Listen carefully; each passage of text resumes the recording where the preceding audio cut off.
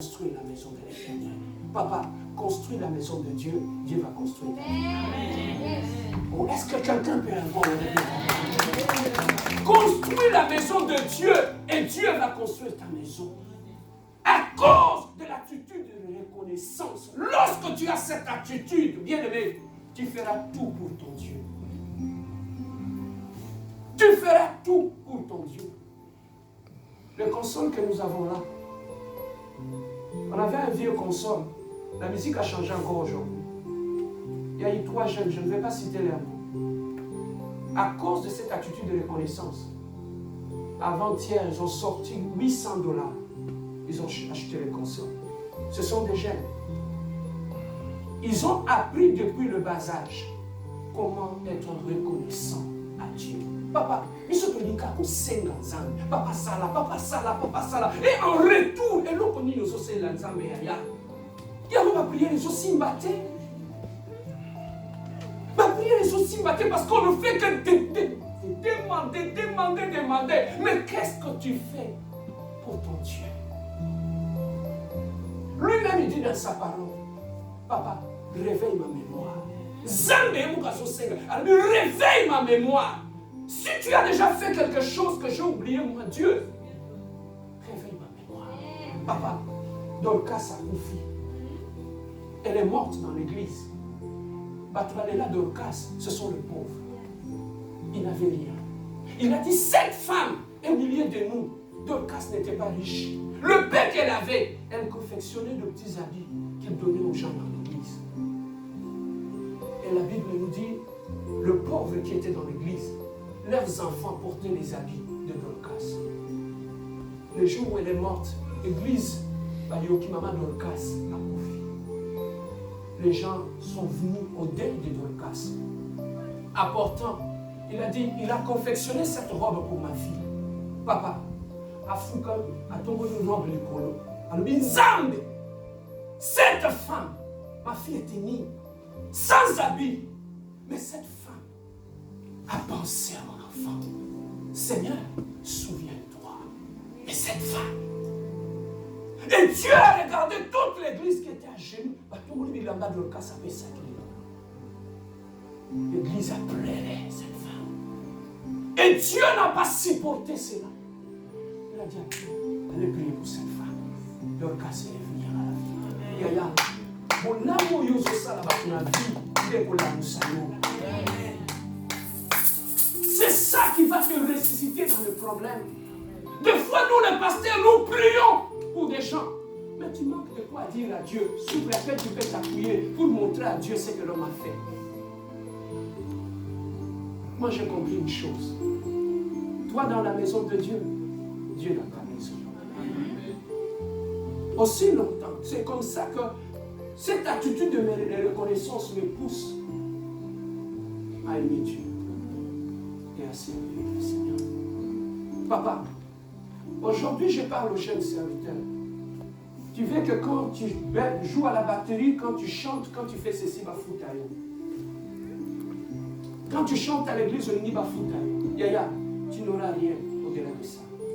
Celui qui nous paye, c'est Dieu. Si tu acceptes le salaire des hommes, le ciel se ferme. Voilà pourquoi, bien aimé, la seule personne qui paye, c'est Dieu. Lorsque tu as l'attitude de reconnaissance en toi, je n'ai pas besoin qu'on me donne $100 parce que je joue à la batterie ou je chante. Ce qu'il a fait pour moi, je ne peux pas évaluer cela à $100 qu'on me donne chaque dimanche. Ce qu'il a fait ou ce qu'il va faire est plus que les $100 qu'on me donne. Voilà pourquoi l'attitude de reconnaissance, là, quand je pars prêcher quelque part, je demande toujours au pasteur, vous avez des besoins, vous savez. Je prie pour ça, pour que vous soyez bénis. Et je vous le donne. Papa, l'attitude de reconnaissance, c'est ça qui fera que Dieu puisse continuer à te bénir. Mais lorsque tu n'es plus reconnaissant, voilà comment les choses se font. Tu viens à l'église, on paye les loyers. Tu ne demandes même pas. Si comment on fait pour payer les loyers? On s'en est mis le guinéen. Où est l'attitude de reconnaissance? Papa, foutez-la dans Nzambe, nous allons foutre le grand sur il y a des gens dans la vie, papa, il peut être bloqué, il n'y a rien dans ses poches. Mais si avant là, la bouteille couée, nous allons répondre. Pourquoi? Parce qu'à côté de ça, la vie, papa, linga, voilà comment Dieu fait les choses. Moi, j'ai les enfants. Le bien que je fais dans ma vie, je dis, Seigneur, même si tu ne me payes pas, paye à mes enfants. La meilleure façon d'investir, c'est d'investir au royaume des cieux, aux Obomba, la banque céleste. Tout ce que tu fais dans la maison de Dieu, tu le fais pour la banque céleste.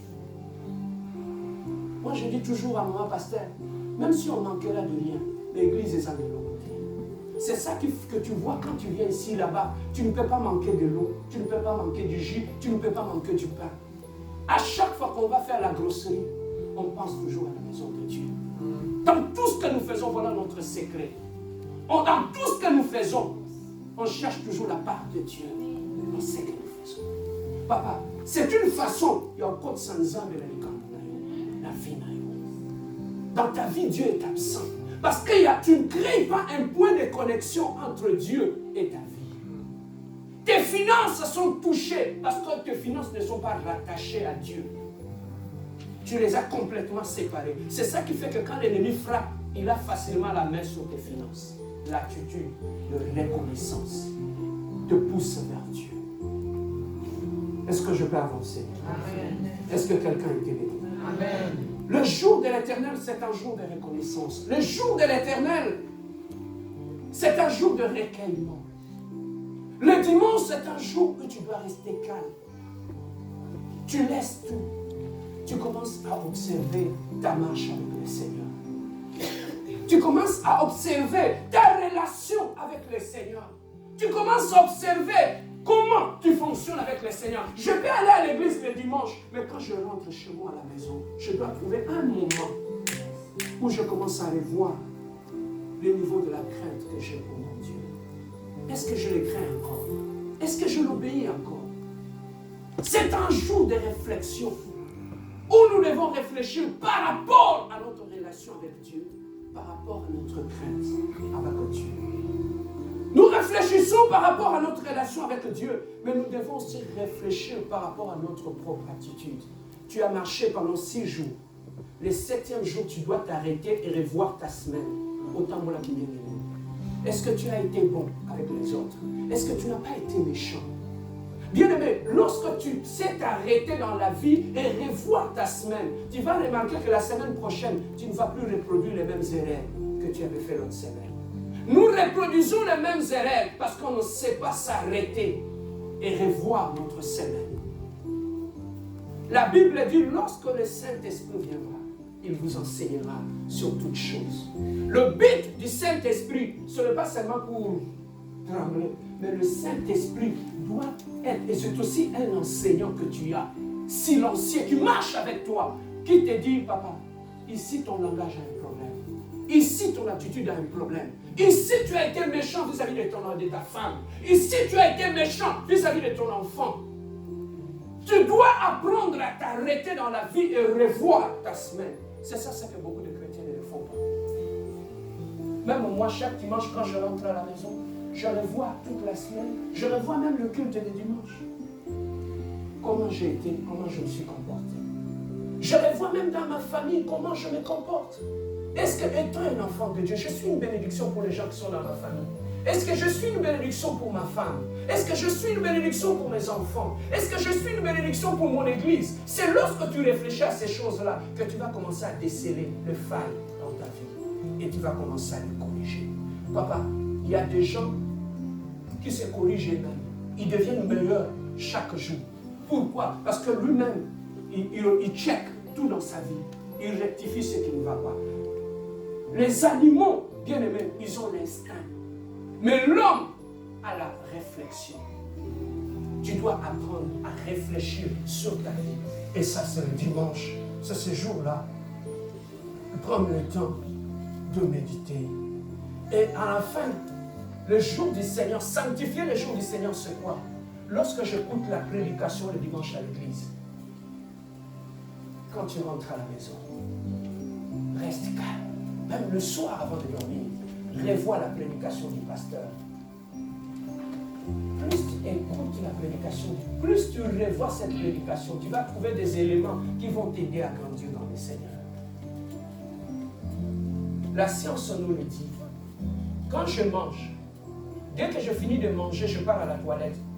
Tout sort. Je viens encore, je mange. Je pars à la toilette, tout sort. Est-ce que je vais grandir? Est-ce que je serai en santé?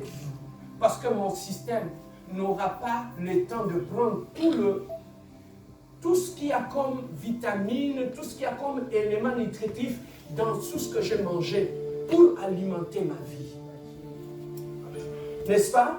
Alors, la nourriture que je mange, ça doit rester un moment dans moi pour que mon système puisse prendre tout ce qui est nécessaire à ma vie et à ma croissance. Et ce qui va rester sera rejeté. C'est comme ça aussi, bien aimé dans le Seigneur. La parole de Dieu doit rester en nous et nous aider à maturer et à grandir dans le Seigneur. Voilà ce que nous pouvons faire le jour du Seigneur.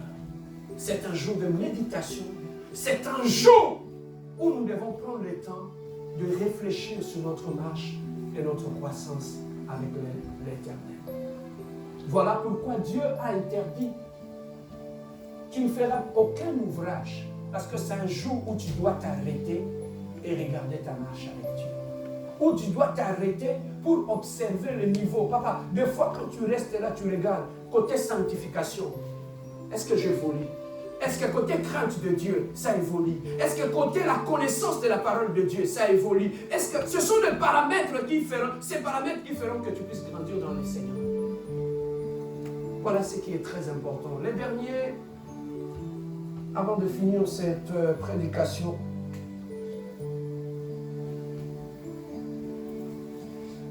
le quatrième commandement où on nous dit « Tu honoreras ton père et ta mère. » Enfants, obéissez à vos parents selon le Seigneur, car cela est juste. Honore ton père, honore ta mère, c'est le premier commandement avec une promesse, afin que tu sois heureux et que tu vives longtemps sur la terre. Amen. Hein? Amen. C'est le commandement, ce commandement-là est attaché à une promesse. Tu veux vivre longtemps, tu veux vivre heureux, tu dois apprendre à honorer ton père et ta mère. Maintenant, pasteur Serge, honorer au fait c'est quoi? Honorer, en peu de mots, s'il faut le dire, c'est valoriser, donner de la valeur, élever quelqu'un. Honore ton père, honore ta mère. Nous devons apprendre, la Bible nous recommande de savoir honorer nos parents, honorer nos pères, honorer nos mères. Mais lorsque Dieu nous demande d'honorer nos parents, on honore que ce qui est honorable. Maintenant, nous, en tant que parents, nous devons aussi nous comporter de telle façon que les enfants puissent trouver une raison de nous honorer. Il y a des parents qui peuvent te mettre dans une position où tu as du mal même. Tu ne sais pas s'il faut l'honorer ou pas. Hein? Ou tu ne sais pas s'il faut l'honorer ou pas. Mais la Bible nous recommande d'honorer nos parents. Les enfants doivent honorer les parents. Et nous aussi, les parents, nous devons faire en sorte que nous soyons honorables aussi. Ce n'est pas comme les honorables à Kinshasa, les honorables de l'épité. Les déshonorables. Mais Dieu nous demande d'honorer nos parents. Honorer nos parents, c'est leur donner une place. Honorer nos parents, c'est les élever, bien-aimés. Honorer nos parents est une source de bénédiction. Lorsque tu honores tes parents, bien-aimés, c'est aussi une source d'une grande bénédiction. Mais qu'est-ce qui fait qu'aujourd'hui, pasteur, que nous ayons du mal à respecter ces commandements et à honorer nos parents? D'abord, la société dans laquelle nous vivons nous a imposé des réalités où de plus en plus les enfants ont du mal à honorer les parents.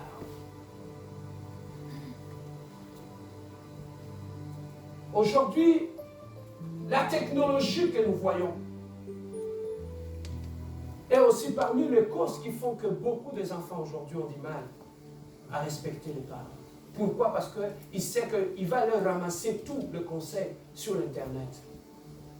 Je préfère obéir à ce qu'on dit à l'Internet qu'à ce que mes parents me donnent comme conseil. Voilà pourquoi tout ce que je peux aller le chercher à l'Internet. Donc je n'ai plus besoin de parents qui vont me faire asseoir et me parler. Même dans l'Ancien Testament, on en a parlé dans les Deutéronome 5.15. Honore ton père et ta mère comme l'Éternel, ton Dieu, te l'a ordonné. Afin que tes jours se prolongent, que tu sois erré dans le pays que l'Éternel Dieu te donne.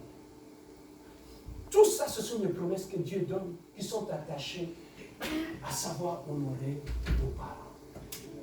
Savoir honorer nos parents dans nos vies.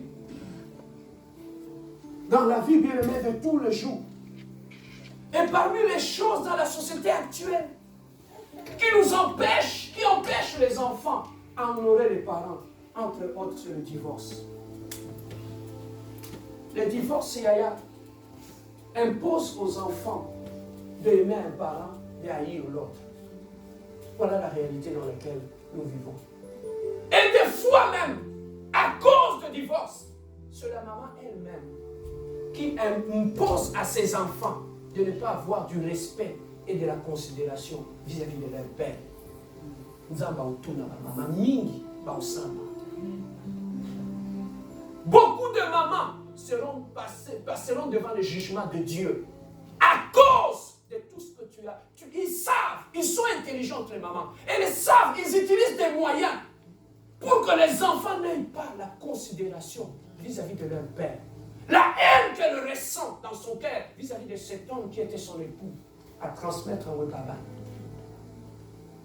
Et les enfants aujourd'hui, quand ils sont petits, ils n'ont aucune considération vis-à-vis des parents, vis-à-vis de leurs parents. Et tout cela, tout simplement, papa, parce que le gouvernement t'a promis que tu auras des allocations familiales. Et on a bousillé le cellule familial pour le besoin de cœur de l'homme. Papa, un père ou une mère, même si elle est folle, même à ça on t'a dit bon, elle reste un père. Et il a le droit de l'honorer. Bien-aimés dans le Seigneur, suivez-moi, Yaya, je m'en vais vers la fin. La société dans laquelle nous vivons nous pousse à désobéir à ses commandements. Et sans le savoir, Dieu a placé ses commandements comme une source de bénédiction dans la famille. On n'a pas besoin qu'on nous impose toujours le main dehors. Juste je suis dans la famille, j'honore mes parents, c'est une source de bénédiction pour moi. Mais pour que le diable nous empêche de jouir de cet avantage, d'être bénis dans la famille, il détruit cela. Et aujourd'hui, ce sont les enfants qui sont victimes. Aujourd'hui, ce sont les mamans elles-mêmes. J'ai eu mal. Une femme a eu 4 enfants avec son mari. À cause des allocations, il a poussé son mariage. Elle a élevé les enfants loin de leur père. Il ne voulait même pas qu'ils les approchent. Et un jour, elle a entendu que le père a eu un cancer. Il était dans le soin palliatif, sur le lit des malades. Il ne reconnaissait plus encore très bien les enfants. C'est à ce moment-là qu'elle ramasse les 3 enfants et les amène à l'hôpital. Allez dire au revoir à votre père. Allez dire au revoir à celui qui était votre père. Et qu'est-ce que ces enfants vont garder dans leur vie comme souvenir? Voilà pourquoi il y a des gens dans la vie, quand tu lui parles d'un père ou d'une mère, il ne se retrouve pas. Parce que dans sa vie, on lui a privé cet avantage d'avoir un père. Aujourd'hui, les enfants, s'ils n'obéissent pas à leur père, à leur mère, c'est parce qu'à cause de divorce, où la maman a rempli les enfants de la haine vis-à-vis d'un parent, Et les enfants ont grandi avec cette haine. Pourquoi? Parce qu'on les a inculqué cela dans la vie. Papa, la location familiale peut acheter des baskets, peut acheter des cellulaires, peut acheter des habits. Et ça n'achètera jamais, ça ne remplacera jamais un père dans la famille d'un enfant. Dieu vous jugera. Celui qui a fait en sorte qu'un enfant puisse naître entre un père et une mère, il n'était pas bête. Mais quand tu veux montrer à Dieu que je peux élever seul mes enfants sans cet homme, il y a un problème. Ça peut arriver que vous n'étiez pas entendu, les choses n'ont pas marché. Mais de grâce, ne privez pas ces enfants de la présence de leur mère ou de leur père. Il y a des hommes, il y a des femmes qui sont dans l'église. Il suffirait qu'ils se chicanent avec son mari. C'est pour faire asseoir les enfants. Comment il fait leur faire voir comment votre papa est un démon. J'ai vu une fille qui posait la question à sa maman. Maman, comment tu as fait pour élever cet homme? Cet homme-là, c'est son père. Tu vois jusqu'à quel point on a suscité la haine dans le cœur de l'enfant, jusqu'à poser la question à sa maman. Comment tu as fait pour aimer cet homme? Les enfants ont grandi dans la haine. Et un enfant qui a grandi dans la haine dans sa famille, papa, le respect, savoir honorer ses parents, c'est une voie qui nous permet à savoir honorer d'autres personnes aussi. Regardez très bien, les gens qui n'ont aucun respect vis-à-vis de leur famille, même dehors, ils ne respectent personne. Ils ne respectent personne. Le respect des autres commence dans nos familles. Quand on commence à respecter nos parents, c'est alors qu'on va commencer à respecter ceux qui sont dehors. Et là, parmi les causes, pour terminer, qui nous poussent à déshonorer nos parents, l'église, aujourd'hui, les sorciers, ce sont devenus nos parents. Il suffirait que ton père puisse commencer à faire l'Alzheimer. Il ne sait pas que le poids de l'âge peut aussi susciter d'autres réalités, d'autres maladies dans la vie d'un être humain. Il y a encore la classe, ça bien.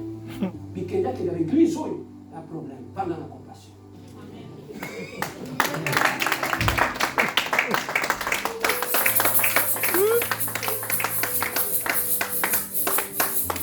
Yaya, non, Dieu est en train de me montrer que ton père, ta mère est une sorcière. Pasteur, mon père, ma mère est une sorcière, c'est bien. Je les aime et je vais prier pour eux. Amen. Amen. Amen.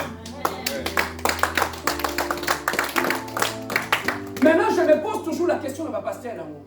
Amen, c'est ça, c'est vrai. Amen. Hein? Vous voyez que non,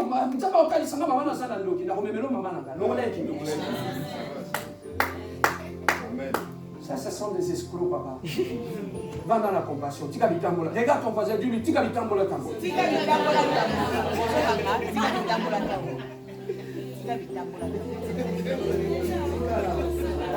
Aujourd'hui, si nos familles ont un problème, c'est aussi dans des églises comme ça. Où nos mamans sont devenues des sorcières. Papa, ça fait tellement mal quand tu vois une maman qui vient te voir au bureau du pasteur.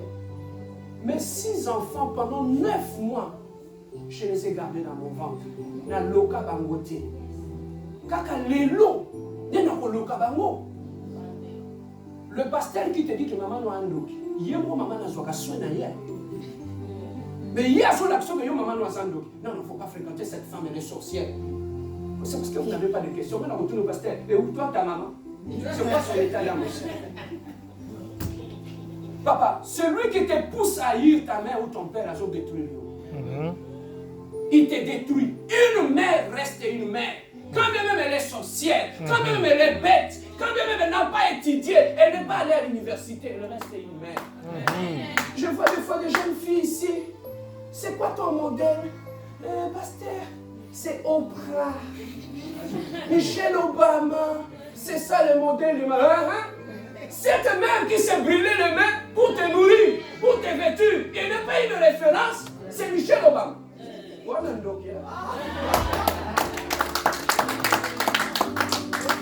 Est-ce que quelqu'un a été béni? Amen. Nous avons fini.